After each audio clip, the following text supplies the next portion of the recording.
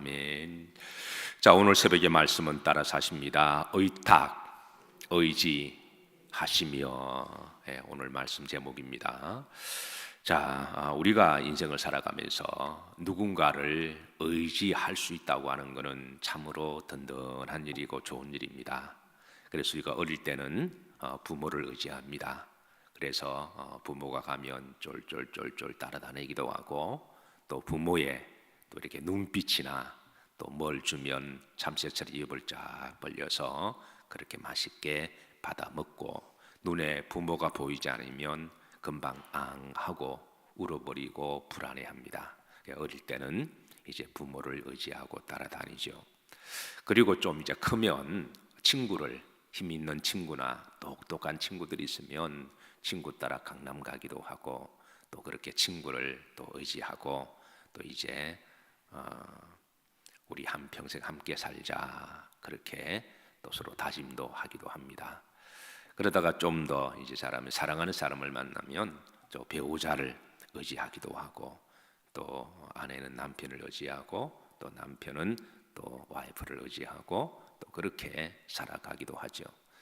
그리고 또 이제 나이가 들면 또 자식을 또 의지하며 살아가기도 합니다.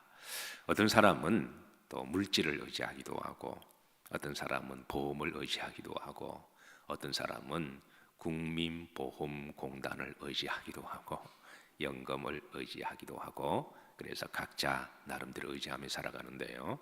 물론 우리가 살아가면서 이렇게 의지할 수 있다고 하는 것은 좋은 일입니다. 든든한 일이지만, 그러나 아쉽게도 우리가 전적으로 의지할 대상은 아무것도 없다라는 거예요. 전적으로 영원히 의지할 대상은 이 세상에 아무것도 없습니다. 우리가 전적으로 영원히 의지할 대상은 바로 오직 하나님 한 분밖에 안 계세요. 그래서 우리가 이거를 깨닫기 전까지는 우리가 때로는 사람을 의지하고 또 어떤 대상이나 물질을 의지하는데요. 그래서 우리 옛말의 속담에 믿는 모에 발등 찍힌다.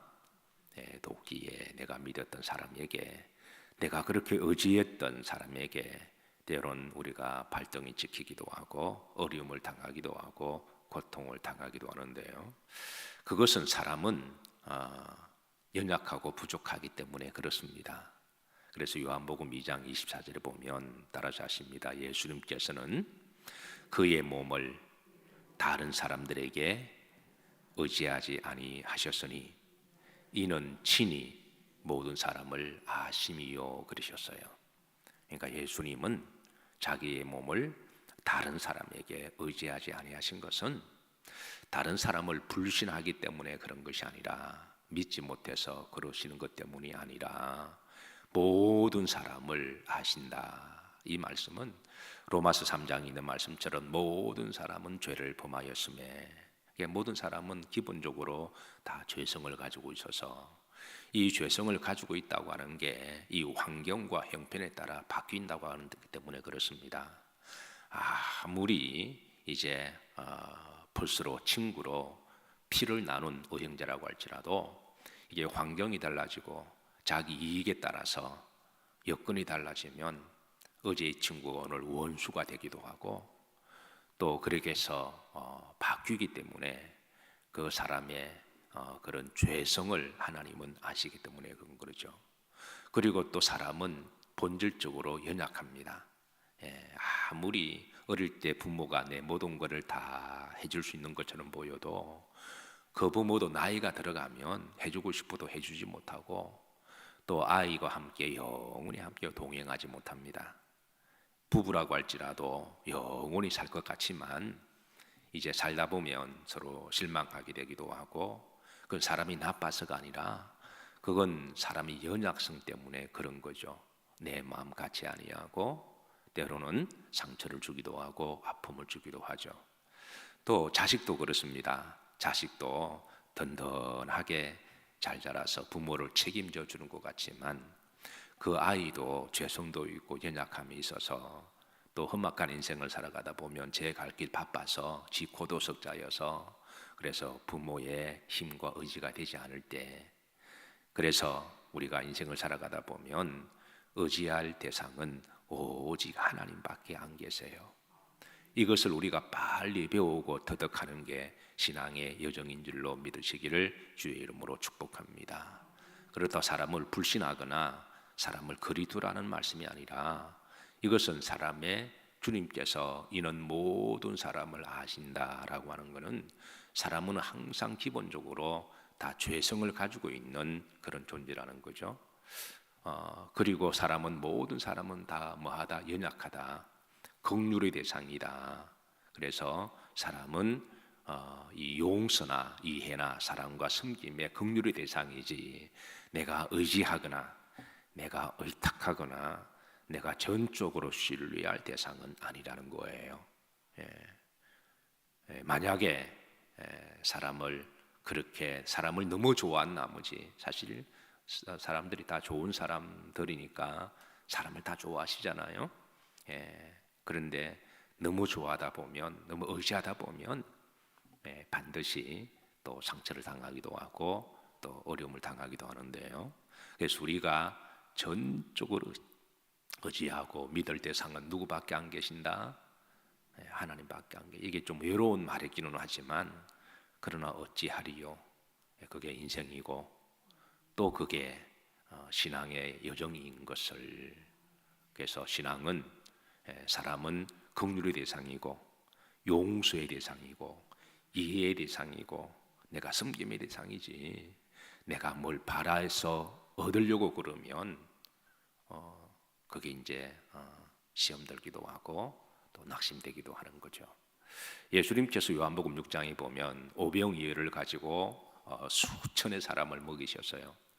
그래서 가난하던 시절에 누가 나에게 좀 말 한마디 따뜻하게 주거나 먹을 것을 제공해 주면 그게 늘 마음에 남는 거죠. 늘 마음에 남고 고맙습니다. 그래서 저들이 배불러 먹고 베세다 광야에서 그 예수님이 너무너무 이렇게 위대하게 보여서 우리의 왕이 되소서 그러잖아요. 우리의 왕이 되소서. 군중들이 흥분해서 야, 저분을 우리 왕으로 모시면 저분은 앞으로 평생 우리를 배 곪게 하지 아니하고 경제 문제 해결해 주고 그래서 물질의 복을 받을 수 있겠다 생각해서 우리의 왕이 되소서 그랬을 때에 주님은 사람을 의지하지 아니하시고 조용히 떠나시고 한적한 곳에 가셔서 하나님께 기도를 하셨습니다. 왜냐하면 사람들이 우리 왕이 되소서라고 하는 저들의 함성은 정치적인 왕을 요구를 했거든요. 세속적인 요구를 했기 때문에 그렇습니다. 주님이 오신 목적은 만왕의 구원의 주로 오셨고 우리 죄를 사하시고 우리를 하나님의 자녀로 품으시기 위해서 메시아로 오셨는데 그런데 무리들은 철이 없으니까 그래서 당장 나에게 필요한 것을 달라 그랬을 때에 그걸 주지 못하면 또 주님을 버리고 배반할 거잖아요. 그래서 주님의 제자들 중에도 이제 가룟 유다도 예수님을 버리고 도망갔잖아요. 그래서 주님은 자기 몸을 제자들에게도 의탁치 아니하시고 이는 친히 모든 사람을 뭐 하신다? 아신다. 이는 사람을 뭐 미워하거나 정죄한다라는 게 아니라 그 죄성을 아시고 연약함을 아신다라는 거예요. 그래서 가룟 유다 얼마나 한때 혈기가 있어서 내가 예수님을 잘 따르겠습니다 그랬나요? 그러니까 제자가 되었죠. 그런 제자도 예수님을 결정적인 순간에 버리고 도망갔을 때 주님은 유다를 저주하시거나 주님은 유다에게 서운하게 여기지 아니하신 것은 그건 유다를 아셨기 때문에 그런 거죠.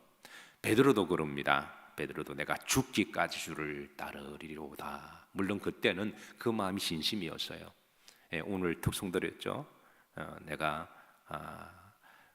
주의 십자가 사랑하고 빛난 멸류관 받기까지 험한 십자가 붙들리라. 정말 우리가 그 찬송을 부르고 또 믿음이 충만할 때는 그 믿음은 진짜입니다. 그러나 환경이 바뀌고 내가 죽게 되면 또 어떻게 바뀔지 모르는 거예요. 그래서 성경은 너 자신도 믿지 말라고 알려주십니다. 너 자신도 내 믿음은 뭐 너무 그렇게 신뢰하지 말고 우리가 항상 겸손하게, 그래서 믿음이 좋을 때는 막 이렇게 막 자기가 교회를 다 이끌어가는 것처럼 내 없으면 교회가 안 되고 막 내 말 들어야 되고 좀 헌신한다고 그러지 말라는 거예요. 헌신할 때도 우리 연약함을 알고 헌신하는 건 참 좋은 일이에요. 그러나 겸손하게. 왜냐하면 우리가 가룟 유다보다 나은 자인가요? 우리가 베드로보다 나은 자입니까? 그런 베드로도 내가 죽기까지 주를 따를 겁니다 그러다가 정말 죽게 되었을 때에 주님을 저주하고 모른다 그러고 도망갔잖아요. 그런데 주님은 그런 베드로를 원망하시거나 책망한 게 아니라, 왜냐하면 자기 몸을 베드로에게 의탁하지 않아야 하시고, 이는 친히 모든 사람의 죄성과 연약함을 아셨기 때문에 주님은 그냥 이렇게 덤덤하게 베드로의 모습을 지켜보시고, 나중에 또 주님이 또 찾아가세요. 부활하셔서 시몬 베드로, 너가 나를 사랑하느냐? 너가 나를 사랑하느냐? 라고 물으시면서 다시 주님이 품어주셨죠. 그래서 사랑하는 성도 여러분, 우리가 인생을 살아가면서 의탁할 수 있는 것은 좋은 일입니다. 그러나 너무 전적으로 의지하지 마시고, 너무 기대하지 마시고, 적당한 선에서 절제를 잘 하시기를 주의 이름으로 축복합니다. 심지어 자기 의지조차도, 여러분 너무 그렇게 사람 의지, 나이 들고 바람 불고 몸이 약해지고 돈 떨어지고 사람 떨어지면 다 비슷하잖아요. 그러니까 나는 의지가 강해서 그것도 너무 신뢰하지 마시고, 우리가 전적으로 의지할 분은 하나님 한 분밖에 없음을 믿으시기를 주의 이름으로 축복합니다. 시편 56편 1절에 보면 다윗의 고백이 그렇습니다. 내가 하나님을 의지하여 주의 말씀을 찬송하며 내가 여호와를 의지하여 주의 말씀을 찬송하리이다 고백하고 있습니다. 다윗은 왕이었지만 그런 자신의 권력이나 주변의 왕이니까 사람들이 얼마나 정권이 잘 나갈 때는 막 주변에 사람들이 많이 모이지만 레임덕이 시작되면 어느 정권이든 간에 믿었던 사람에게 다 배반당하거든요. 그래서 다윗 왕 주변의 사람들이 얼마나 많습니까? 권력도 있고 또 성군이고, 그런데도 다윗은 그런 권력이나 사람을 믿기보다는 내가 하나님을 의지하여 주의 말씀을 찬송하며 내가 여호와를 의지하여 주의 말씀을 찬송하리이다.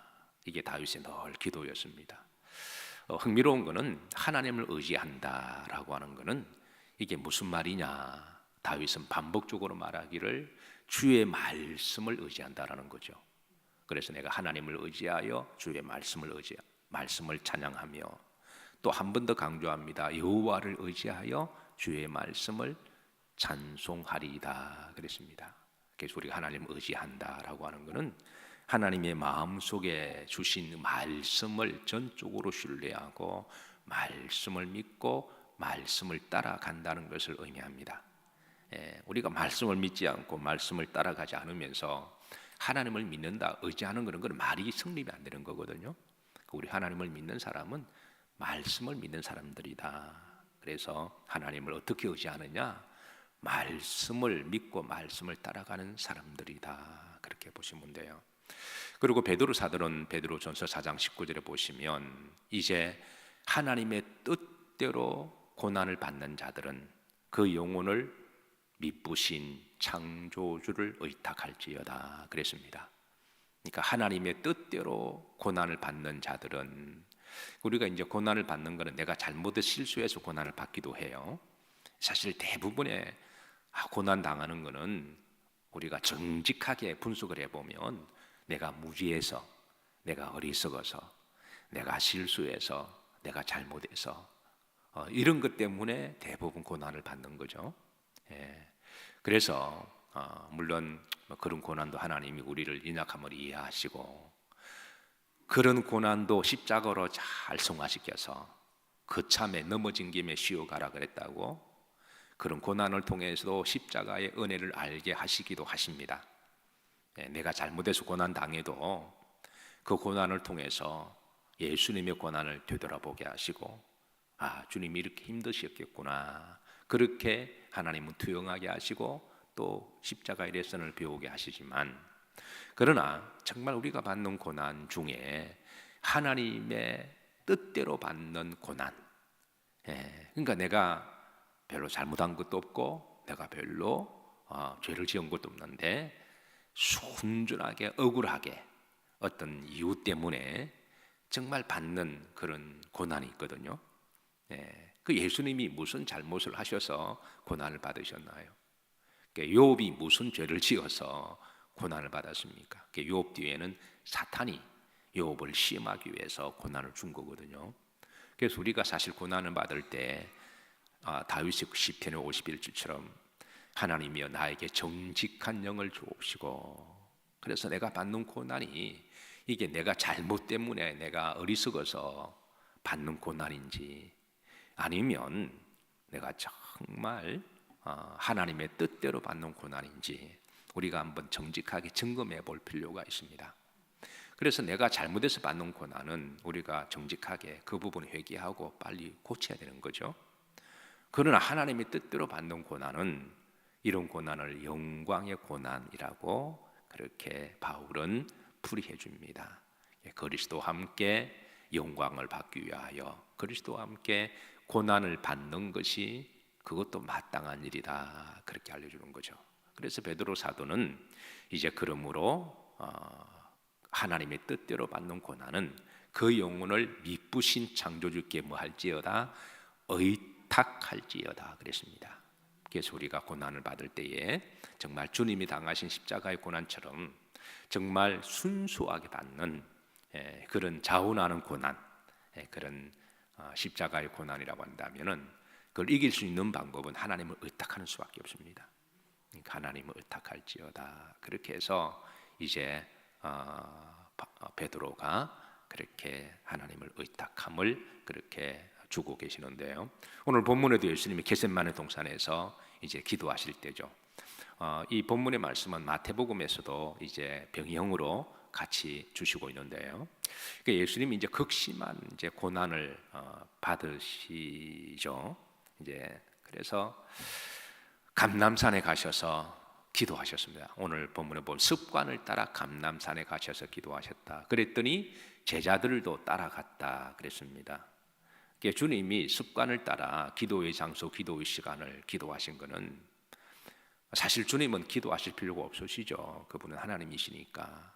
그럼에도 불구하고 습관을 따라 기도의 장소, 시간에 가신 것은 제자들에게 본을 보여주시기 위함이십니다. 그랬더니 제자들도 따라갔더라. 여러분, 제자는 주님을 따라가는 사람들을 제자라고 부릅니다. 우리가 마테테스라는 말이 제자라는 말이죠. 마테테스는 누구를 말하느냐? 예수님이 갔던 길을 따라가는 사람이 제자입니다. 그러니까 누가 그리스도인이냐? 예수님이 하신 말씀대로 살려고 애를 쓰는 사람이 참 그리스도인이다. 그래서 주님은 극심한 어려움, 십자가를 지시할 때, 그때 주님은 제자들에게 본을 보여주시기 위해서 기도의 장소와 기도의 시간에 가시고, 저는 여러분들에게 기도의 장소가 있으시기를 기도하고 축복합니다. 그리고 여러분들만의 기도의 시간이 있으시기를 기도하고 축복합니다. 여러분 스스로 한번 질문해 보시길 바랍니다. 나에게 기도의 정기적인 장소는 어떤 곳인가? 나에게 기도의 정기적인 시간은 어떤 곳인가? 한번 여러분 진지하게 물으시고 또 각자 답을 가지고 계시기를 주의 이름으로 축복합니다. 그리고 주님은 그것을 어떻게 기도하시냐 하면 땀이 핏방울 되기까지 간절히 기도하셨어요. 그 기도를 얼마나 간절히 하시냐면, 어떤 의학자들은 우리 몸이 너무 긴장하고 너무 이렇게 고통스러우면 모세혈관이 터져서, 그래서 그 모세혈관 사이에 그 핏줄이 나와서 피가 된다라고 이야기를 하더군요. 주님은 그 정도로, 또 누가는 의사잖아요. 의사의 관점에서 본 예수님의 기도의 모습에 의사들은 또 사람 신체를 유심히 관찰하는 사람이니까 그래서 그 모셀관에 피가 방울방울 맺힌 걸 보면서 있는 그대로 기록을 했습니다. 그러니까 여기서 예수님이 얼마나 간절히 기도하시는 것을 보여준 거죠. 하나님을 전적으로 의지한다라고 하는 것은 아까 이제 다윗처럼 내가 여호와를 의지하여서 하나님의 말씀을 이제 의지하는 것처럼, 두 번째는 하나님 전적으로 의지하는 사람은 기도하는 사람들입니다. 우리가 하나님을 전적으로 의지하는 결과물은 기도입니다. 그래서 예수님께서 기도의 본을 보여주신 거죠. 우리가 힘들고 어려울 때에 기도하지 않는다면 그건 하나님을 의지하는 것은 아니죠. 그래서 주님은 간절히 기도하심으로 하나님을 의탁하는 모습을 우리들에게 가르쳐 주셨어요. 그리고 기도 중에 이 기도 내용을 합니다. 하나님이여 이 잔이 내게 지나가기를 원합니다. 그러니까 너무 힘드니까 육신의 몸으로 입고 오신 예수님께서 우리 육신적 고통도 이해하시면서 이제 너무 힘드니까 그렇게 기도하시다가 그러나 내 뜻대로 하지 마옵시고 하나님의 뜻대로 되기를 원하나이다, 그렇게 기도를 하셨어요. 그래서 우리가 하나님의 전적으로 의탁하는 것은 하나님의 뜻에 순종하는 것을 이야기합니다. 그래서 우리가 하나님 의탁한다라는 말은 말로만 하는 게 아니라 우리가 순종하는 것을 담고 있는 것을 이야기를 하시죠. 그래서 주님께서는 그렇게 간절히 기도하시다가 이제 마지막에 보면 이제 제자들을 가만히 보니까 다 잠을 자고 있어요. 그래서 주님은 일어나라, 시험에 들지 않기를 깨어 기도하라, 그렇게 또 권면을 하십니다. 그래서 함께 기도하자, 함께 기도하자 그렇게 하셨지만 제자들이 기도하다가 피곤해서 잠을 자니까 주님은 일어나라, 시험에 들지 않기를 깨어 기도하자 그렇게 하시고 다시 또 이제 권면을 하셨는데요. 이는 제자들을 야단치거나 그런 게 아니라 마음은 논의로되 육신이 연약하다. 이는 친히 사람을 연약함을 아시기 때문에 그런 거예요. 그래서 오늘 요한복음 2장 24절에 보면 예수님께서 자기 몸을 사람들에게 마지 아니하시고 의탁하지 아니하셨으니 이는 모든 사람을 마신다 아셨다 그랬습니다. 말씀을 정리합니다. 믿음의 여정은 우리가 살아가면서 사람이나 어떤 대상을 의지하지 아니하고 전적으로 하나님을 신뢰하는 훈련이고 여정인 줄로 믿으시기를 주의 이름으로 축복합니다. 사람은 이해의 대상이고 용서의 대상이고 긍휼의 대상이고 섬김의 대상이고 전도의 대상이지 나에게 좀 잘해주는 것 같고 또 나라를 구국하는 위대한 사람 같아도 결국 세월 지나면 다 그 사람입니다. 그래서 우리가 의지할 분은 오직 하나님밖에 안 계심을 믿으시기를 바라고, 오늘 주님이 고난주간에 보여주셨던 하나님을 전적으로 의탁하셨던 그 믿음이 또 여러분과 저의 또 한평생 또 믿음의 여정이 되기를 기도하고 축복합니다. 기도합니다. 하나님, 우리들에게 전적으로 믿고 따르고 의지할 하나님, 의탁할 수 있는 믿음을 주심을 감사를 드립니다. 다윗의 고백처럼 내가 하나님을 의지하여 그의 말씀에 순종하며 여호와를 의지하여 그의 말씀을 찬송하리이다. 내가 하나님을 의지하여선적 두려워하지 아니하리니 사람이 내게 어찌하리요. 오 하나님, 고난주간을 지나가면서 예수님처럼 전적으로 하나님만 의탁하는 믿음을 배우게 해 주옵소서. 예수님 이름 받들어 축복하며 기도하옵나이다. 아멘.